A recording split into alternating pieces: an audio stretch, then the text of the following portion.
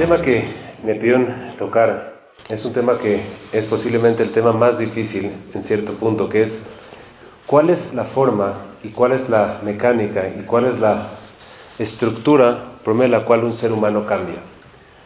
Les voy a decir la verdad, a mí me chocan, y lo digo así con esas palabras, los que me conocen, no me gustan los motivational speakers, no me gustan los speakers motivacionales, es más, me caen bastante mal.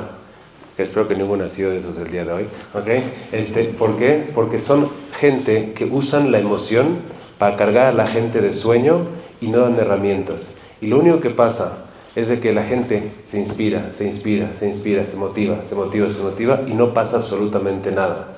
Por una simple razón, porque el ser humano no funciona así. Y justamente esa gente, Anthony Robbins, les puede llamar muchísimos en el mundo de la psicología, utilizan esa estrategia a veces, ¿para qué? Para tenerte siempre cada 3 meses en sus cursos, para que sigas motivado, y siempre sueñes, pero al final no pasa nada.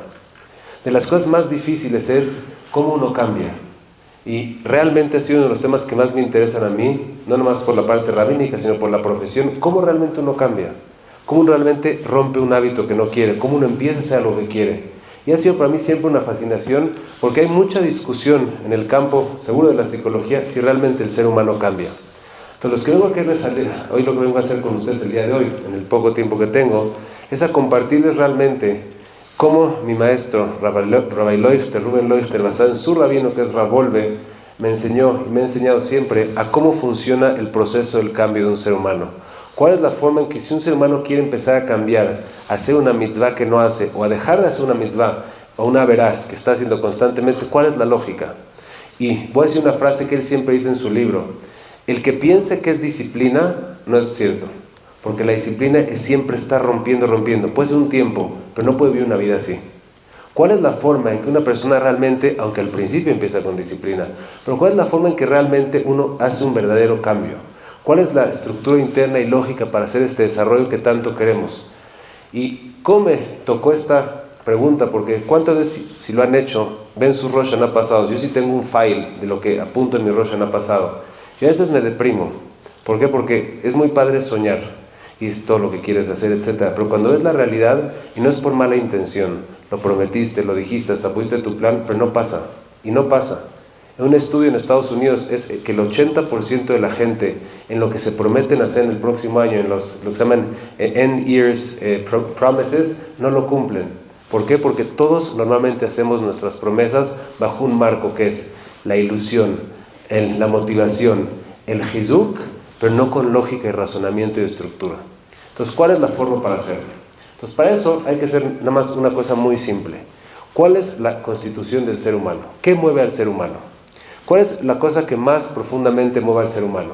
Entonces uno se mete a Alei Shor, el libro de Ravolve, él tiene una parte muy interesante que se llama Da'at Atzmeinu, el conocimiento personal. Este gran sabio, estuvo mucho tiempo en Suecia, de los padres del refinamiento personal del judaísmo, tiene una muy interesante tesis que dice lo siguiente: ¿cuál es la forma y la motivación del ser humano en su yo? Son solo 2 cosas: la necesidad y búsqueda del placer, y el huir y alejarse del dolor. Para los que estudian psicología les puede parecer Freud, pero no es verdad. Esto viene mucho más profundo de Rabbi Israel Salanter. ¿Cuál es la esencia, la naturaleza del ser humano? Escuchen esto bien. ¿Qué nos mueve a los seres humanos en todo lo que hacemos? Nos guste o no, es una cosa. Para hacer cosas, el placer. Para no hacer cosas es el dolor. Vean su día a día. ¿Qué los motiva a cualquier cosa? Si les gusta un cierto tipo de restaurante, es porque tuviste placer de ese restaurante. Si es que no te gusta un restaurante, es porque tuviste un dolor o una desesperanza o estuvo fea la comida. El ser humano, lo que lo motiva es el placer, y lo que huye de es el dolor. Y él plantea que ese es el trigger, el detonador de lo que genera que una persona luego tenga lo que se llama el ratzón, la voluntad. En base a que tengo voluntad para hacer algo, lo que me da placer lo busco naturalmente sin esfuerzo, y lo que me da dolor no lo busco naturalmente. La esencia de un ser humano, señores, es buscar placer y huir del dolor. Si es así, nos vamos a dar cuenta que toda la receta del cambio integral empieza justamente con eso.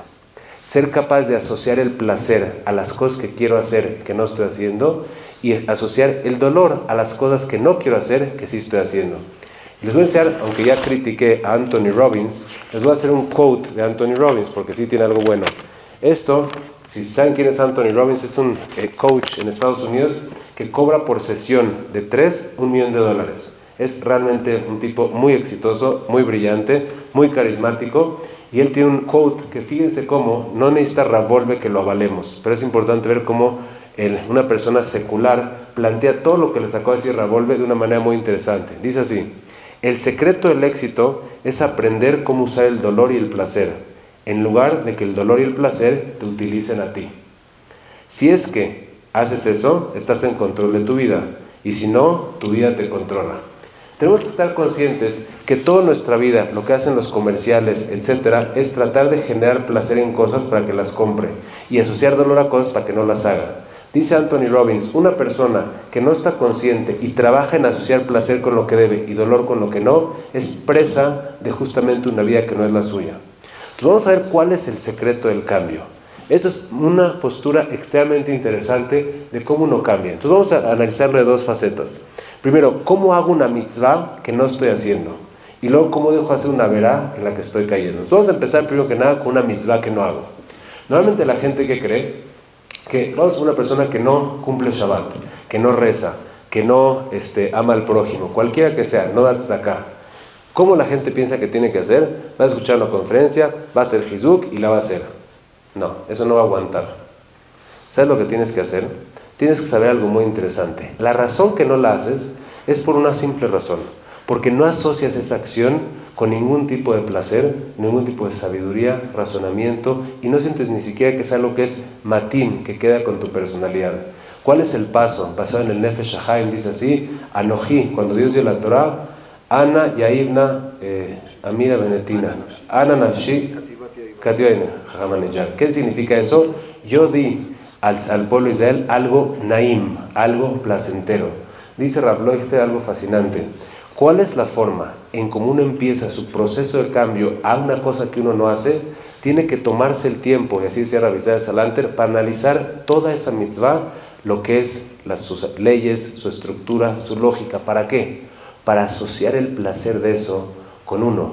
Si uno cree que Shabbat va a ser placentero meramente por quedarte en tu casa, lo va a ver como una restricción. Si uno entiende, estudia, analiza, piensa y profundiza profundamente lo que es un Shabbat, empezamos por el libro de Rabanillar, que salió que está muy interesante, empieza, por eso lo hizo Shabbat Airlines. ¿Lo van a regalar acá o no? Bueno, léanlo, está muy interesante. Fíjense, si uno estudia el libro de Rabanillar, el que habla hebreo, hay muchos libros, y lo estudia y se da cuenta, oye, fíjate cómo nunca había visto Shabbat con esa índole. ¿Qué empieza a pasar? Empiezas a desarrollar una posibilidad de asociación positiva con el concepto.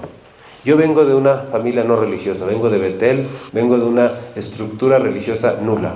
Para mí, hasta estudiar lo que es Shabbat era meramente un día depresivo, donde una persona no hace nada, se pierde ver al Cruz Azul, al Veracruz en esa época, y simplemente no disfruta de la Champions un sábado. ¿Quién le interesa ver un día así? A nadie. Pero cuando uno empieza a estudiar profundamente lo que explica Shabbat, eso empieza a generar un deseo. Pero ahí no se queda. El hecho que tengo un deseo, tengo un cuerpo, y mi cuerpo me va a decir, qué bueno que estés filosofando, pero ¿qué crees? A mí me gusta ver al Cruz Azul, a mí me gusta ver la Champions, a mí me gusta comer lo que se me antoje, y a mí me gusta ir a Santa Fe al cine. Entonces no funciona nada más con eso. ¿Cuál es el segundo paso, señores? Y aquí está lo más interesante de la Teshuvah. ¿Cuál es el pasú que habla de Teshuvah? Según el Ramban, ¿qué dice? Kikarov eleja adavar meod. ¿Qué significa? La cosa está muy cerca a ti. Aquí vamos a destruir a todos los motivational speakers. Siempre uno cuando se pone una meta, la pone lejos de uno. ¿Cómo dice el pasuk? Karov. ¿Qué es que significa Karov? Está cerquitita de ti. ¿Cuál es la forma en cómo uno busca una acción para hacer una mitzvah que quiere generar? ¿Saben cómo se hace? Buscas la acción más cercana a ti, que sientes 100% responsabilidad y que no tienes respuesta a decir que no la haces. Y en ese momento se empieza a generar en tu persona el hábito de esa acción y empieza a crecer orgánicamente. Les doy un ejemplo. Me acuerdo que tengo un amigo que es rabino en Charlotte. Charlotte es un lugar donde no hay gente ortodoxa, creo que hay un Chabad, si es que, y el pobre de mi rabino, que es amigo mío, ¿saben lo que es Shabbat? No es como aquí, que hay Knis y en Shabbat. Ahí tiene que sentarse 5 Ashkenazim, porque son las Ashkenazim ahí, y tiene que sentarse a hacer un learning parsha. Imagínate nada más llegar un sábado en la mañana y decir, Moses went to Sinai. Imagínate nada más lo difícil. Y la gente empieza a crecer y poco a poco ahí va. Pero no hay kashrut, no hay rinconcito, no hay job bar, no hay nada. Y gente quiere empezar a cumplir kosher. Muchos están casados con gente no judía. Es un verdadero problema. Entonces tú crees, y este es el ejemplo que me puso mi rabino, ¿ok? Rav Leuchter es un tipo muy, muy conocido en Israel. No estoy hablando de gente que no es conocida. Dijo, ¿tú realmente crees que se puede poner de cabalá y de objetivo, romper todo su estilo de vida, y mañana va a ser kosher, en un lugar donde hay restaurante kosher? Sus palabras serían, Atame Shugá, ¿estás loco? Así no funciona el ser humano. ¿Qué es lo que dijo? Vean qué brillante. Le dijo, a ver, tienes 7 días a la semana, por 3 comidas cada día, que son 21. 21, más o menos que por comida, ¿cuántos platillos te comes? 2. Entonces más o menos como 43 platillos a la semana. Te propongo algo, estás en Charlotte, no hay restaurante kosher, etc. ¿Tú crees que puedes hacer un platillo de esa semana kosher? Ahí no hay nadie que me pueda decir que no. ¿Sabes lo que va a empezar a pasar? Ese señor empezó a cumplir domingos en la mañana, cuando su esposa estaba dormida, y para no tener broncas con ella, empezó a irse a Starbucks y su desayuno era kosher, porque, o a Coffee Bean, creo que es kosher, sus ensaladas, etcétera, y su café. ¿Qué empezó a pasar con este señor? Ese señor empezó, fíjense, estudió lo que es kashrut, se le hizo muy lógico, hizo la acción más cercana a él, que su cuerpo no le genera resistencia, y empezó a desarrollar el hábito de kashrut. ¿Y ustedes qué creen? ¿Que se va a quedar ahí nada más? No, porque ese día dijo, mira, si ya lo hice el domingo, solito tu cuerpo te lleva a, pues ¿por qué no hacerlo el lunes? Y así una persona crece, es orgánico. Nuestro error es que escuchas una conferencia y dices, ¡sí! Y al día siguiente te pones a meta y que acabas en 2 días haciendo nada. La Shon Hara. No, vamos ahora al lado del negativo. Uno quiere hacer un haram. ¿Qué hace uno? Lo mismo. Tienes que asociar la negatividad del haram. Vamos a hablar de la Shon Hara. Es algo que nadie puede decir, que no está, que nadie lo hace y que no, yo no soy religioso, a mí no me queda. Señores, siempre he dicho que si quiero, puedo destruir la comunidad judía y cualquiera de estos rabinos también en 5 minutos con esto. ¿Quieren que les dé la forma? Puedo ser un mentiroso, soy rabino, entonces asumen la gente que soy una persona honesta e íntegra. Vamos a una cosa, si yo quiero destruir la comunidad judía o hacer un daño tremendo, necesito 10 minutos en este celular. ¿Por qué? Porque vamos a ver que quiero hablarle al presidente de la comunidad Monte Sinai, al señor Meta. Y digo, ¿sabes qué? Voy a meter un fitil en Monte Sinai, pura mentira. Voy a hablarle, hola, ¿cómo estás, señor Meta? Qué gusto, oye, qué bonito. Fíjate, oye, perdón que te hable, sabes que soy el Jajam Arturo. No te quiero hacer nada, pero es que, fíjate que tu Jajam Sali, ¿me entiendes? La verdad piensa de ti, ni te quiero decir, pero es que cuídate. ¿Y qué crees? Los Elman que ahorita van a tomar la comunidad me dijeron que tú hiciste un trabajo y empiezo a meterle una de chisme, ¿ok? Y lo dejo así. Queda a pensar, el rabino Arturo no miente. Y entonces acabo de generar que el rabino sale y se mete un problemón. Que agarren en ese momento a los Elman y se peleen con este. Y en lo que ven si soy mentira o no, ya Monte Sinai está ahorita tronada. Habla Maguen David, Salomón Cherem Dada, ¿cómo estás, Salito? ¿Qué onda?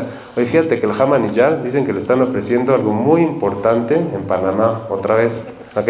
Y fíjate que me dijo que sí, que fíjate que él la está dudando, porque el dólar como subió allá, y ahí si lo paga, y empiezo a decirle el Haman y ya. No, le digo, fíjate que, ¿sabes qué? Salito, esto, te voy a decir la verdad, fíjate que hay gente que está diciendo, y empiezo así a echarle un chisme, así, ¡pac! Ya tengo a Maguen David en problemas. Los Ashkenazim, yo con la Keilah, dicen los Sfarim que están retrógradas, ellos haciendo cosas increíbles. ¿Ustedes qué están haciendo? Nada, que dice que están, pero baratos, qué bárbaros, hablo a Betel. Hoy dicen que ustedes reformistas, así me la paso bien. Voy a traer unas familias, hablo una. Oye, vi a tu esposo entrando al camino real con una mujer, ¿quién era, Y así, necesito 15 minutos y hago un relajo. Entonces, a ver, aunque no lo crean, cuando se sientan en el Carolo, en donde vayan a cenar con sus cuates, no es el nivel, pero hacen lo mismo. Entonces, ¿cómo voy a dejar de hablar la Shon Hara? Cuando entienda en un momento lo increíble, doloroso que está saliendo de mi boca. Si yo no entiendo eso, nunca cambio. Paso número 1, ahora del otro lado. ¿Cuándo voy a empezar a dejar de hacer cosas negativas? Cuando asocie el dolor con eso. Paso número 2, no va a ser fácil. Necesito ahora hacer un hábito en mi cuerpo. ¿Qué hago? La cosa más cercana. ¿Qué haría en la Shon Hara? Señores, ¿alguien me puede decir que de 10 a 10:05 de la mañana tiene que hablar la Shon Hara? No. ¿Sabes qué va a hacer? Esa es tu responsabilidad. Y no hay pero que valga. Dice Rabbi Israel Salanter, lo que más Dios nos pide y más nos juzga y más espera de nosotros son las cosas fáciles, no las difíciles. te voy a decir, oye, espérame, yo sé que no eres kosher, pero tenías que ir al farolito y pedirte farolá especial con chorizo, ¿eso tenías que hacer? No puedes pedirte nada más la farolá especial. A ver, esa sí, si no tienes respuesta, ahí trabaja. Shabbat, oye, ¿sabes qué? No, yo no soy Shomer Shabbat, pero te hago una pregunta. Da el contexto de tu familia. El adus, ¿no lo puedes hacer? No, tienes razón. Señores, Rabbi Israel Salanter nos dice, lo que más uno tiene que cuidarse son las cosas en las que uno está obligado porque sabe que lo tiene que hacer, no en los dreams que uno tiene. Karov eleja davar meoda. Resumiendo, porque se acaba mi tiempo. ¿Cuál es la esencia del crecimiento en la vida? 2 puntos. Asocia el placer con las mitzvot que tienes que hacer, como estudiándolo. ¿Cómo dejas de hacer los harams? Asocia dolor con lo que estás haciendo. Y punto número 2, ahora empieza a expresarlo en tu cuerpo. Para no tener resistencia del cuerpo y pensar que no vas a tener éxito, hazlo karov, hazlo más cercano a ti, donde no tienes posibilidad de contestar, y hazlo de esa manera. Uno tiene que saber que así es como se construye el ser humano. Y tengan mucho cuidado en algo. Una vez me dijo mi rabino, donde más uno tiene que poner intención y cuidado, cuando uno va a hacer teshuvá, aunque no lo crean, uno empieza en las cosas con el semejante. Porque si no uno hace con el semejante, Dios no perdona. Y aunque no lo crean, también en una de las áreas más importantes que a veces no contemplamos, es en el área económica. Y aunque no lo crean, me dijo mi rabino, es algo muy interesante. ¿Sabes qué enseña a tu comunidad? Que siempre tienen que hacer como primera kabbalah, pagar a tiempo. Vean qué interesante, uno nunca lo pensaría. Es una mitzvah de oraita, de la Torah, y a tu muchacha, chofer, plomero, etc. Antes de cualquier cosa, te comprometes a pago a tiempo. No hay de que crédito, fíjate, mi roji, ya te... No. Pago a tiempo. ¿Saben por qué? Porque uno no se da cuenta que el no pagar a tiempo es la forma más dolorosa de hacerle sentir al otro que su trabajo no te importa. Porque si no tuve la conciencia de que en el momento que tú hiciste el trabajo ya tengo planeado tu sueldo, te estoy haciendo ver que no me importa y es una falta de sensibilidad. Se llama Baltolín. En las cosas más simples está la grandeza del ser humano. Yo les deseo que este año no sea como otros, donde hacen sueños, sino hagan cosas reales, donde sepan que lo importante es asociar las mitzvot con placer, asociar la saberot con dolor y sean un paso práctico que no le genere resistencia. Voy a jamanillar, que todos le podamos sacar muchas sonrisas a Hashem y que esté muy orgulloso de cada uno de nosotros. Sana Tomás, Hatim Hashem.